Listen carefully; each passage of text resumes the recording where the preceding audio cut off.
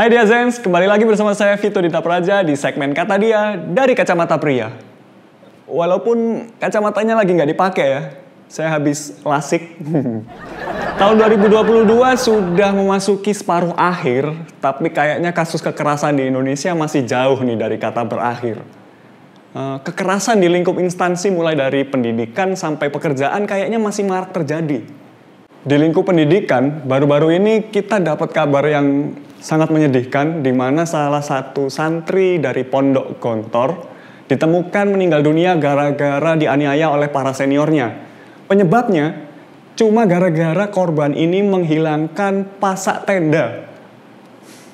Bayangkan, kamu marah ke orang cuma gara-gara nggak bisa kemah. Kontrol emosinya nol. Dunia pekerjaan ternyata juga nggak kalah jahat. Walaupun isinya orang-orang dewasa yang sudah lulus sekolah, sudah belajar PPKN, sudah belajar pendidikan agama, tapi mentalnya juga masih minus. Bulan Agustus lalu, ada seorang suami yang mencuitkan curhatannya tentang istrinya, seorang karyawati yang menjadi korban pelecehan di kantor. Jadi si istri ini membantu proses foto produk dari kantornya secara sukarela, gratis, nggak dibayar.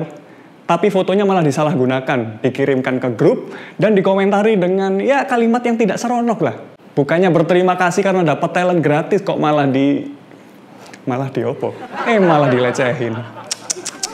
Nah, topik terakhir yang lagi hot nih, dari dunia hiburan, ada seorang sutradara yang baru saja ketahuan melakukan kekerasan. Nah, kalau yang pertama tadi adalah kekerasan fisik dan yang kedua kekerasan verbal, sutradara yang satu ini konon melakukan keduanya. Luar biasa ya. Sutradara yang mengaku dirinya sebagai sutradara terganteng se-Indonesia ini disinyalir melakukan dorongan serta tamparan kepada salah satu krunya. Selain itu, sutradara ini juga sempat mengeluarkan kalimat-kalimat yang tidak pantas, berteriak-teriak lewat HT dan juga mikrofon kepada seorang kru yang sama. Cuma gara-gara gak puas sama kinerjanya.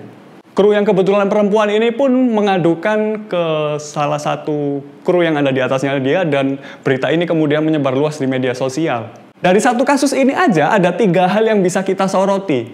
Yang pertama, si sutradara berbuat semena-mena dengan melakukan kekerasan fisik.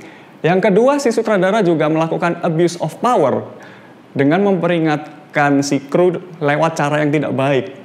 Kalau mau ngasih tahu kan bisa pribadi ya, ngapain sih pakai HT sama mikrofon? Kamu ngumumin kematian, hah? Terus yang terakhir, si sutradara ini juga mengaku ganteng. Kalau kamu sutradara, titel ganteng itu buat apa ya? Toh kita kalau lagi lapar nyari restoran yang chefnya pinter masak, bukan yang chefnya kekar, ya kan? Dari 3 kasus kekerasan besar di Indonesia yang terjadi belakangan ini, ada satu persamaan. Pelakunya mayoritas laki-laki dan juga memiliki kuasa. Terus kenapa sih hal ini bisa terjadi? Terkait kekerasan yang dilakukan oleh laki-laki, ternyata ada alasan ilmiah di belakangnya. Seorang profesor bernama Jesse Prince dari City University of New York pernah melakukan sebuah penelitian yang hasilnya ditemukan bahwa 90% pelaku pembunuhan di dunia ini ternyata pelakunya laki-laki loh.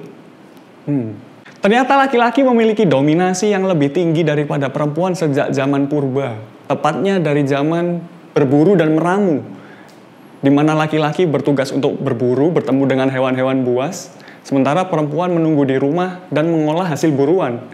Dari situlah muncul persepsi tentang laki-laki adalah orang yang kuat dan menguasai perempuan, sementara perempuan adalah makhluk lemah yang selalu bergantung dengan laki-laki.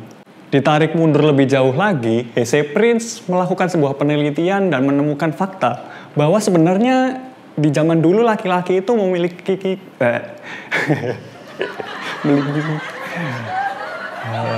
Ditarik mundur lebih jauh lagi, Jesse Prince melakukan sebuah penelitian dan menemukan sebuah fakta bahwa di masa lalu laki-laki itu sebenarnya memiliki ketergantungan terhadap perempuan loh. Tepatnya ketika di masa berburu. Namun ketergantungan ini mulai bergeser. Perempuan mulai tergantung kepada laki-laki di masa peternakan dan pertanian. Hal ini terjadi karena faktor fisiologis laki-laki yang jauh lebih besar, di mana tenaga itu diperlukan sangat ekstra ketika kita melakukan pertanian dan peternakan. Perempuan kemudian jadi tergantung kepada laki-laki di masa pertanian dan peternakan karena faktor biologis laki-laki yang jauh lebih besar daripada perempuan. Tenaga ekstra jelas diperlukan ketika melakukan kegiatan pertanian dan peternakan kan. Sejak saat itulah laki-laki merasa punya kuasa atas perempuan.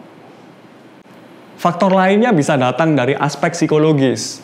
Misalnya, trauma di masa kecil. Pasti laki-laki sangat relate dengan hal ini, di mana mereka oleh ayahnya dipaksa untuk selalu kuat, tidak boleh menangis. Seperti lagu The Laki-Laki, ayahku selalu berkata padaku, laki-laki tak boleh nangis. Dipaksa untuk selalu kuat bertahun-tahun pasti menimbulkan dampak terhadap perilaku laki-laki. Pada akhirnya ketika beranjak dewasa, mereka merasa bahwa segala hal harus disikapi dengan keras. Well, hal inilah mungkin yang menyebabkan para laki-laki melakukan kekerasan kepada perempuan, ya karena faktor masa lalu.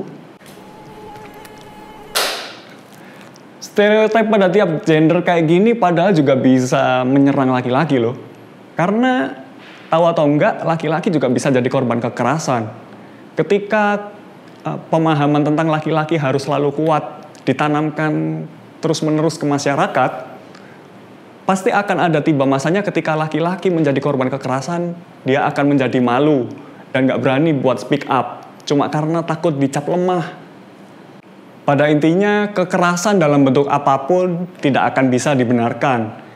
Kalau lagi emosi, ya mbok duduk. Kalau nggak duduk, ya rebahan. Kalau rebahan nggak mempan, cuci muka biar segar, ya kan?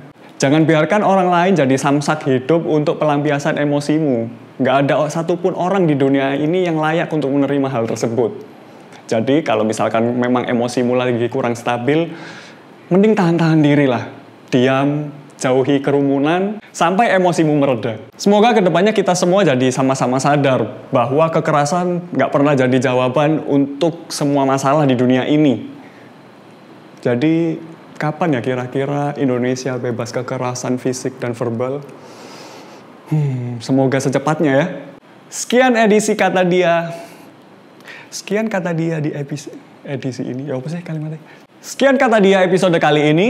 Kalau dia Zens punya ide topik apa yang ingin kita bahas, bisa langsung isi kolom komentar di bawah.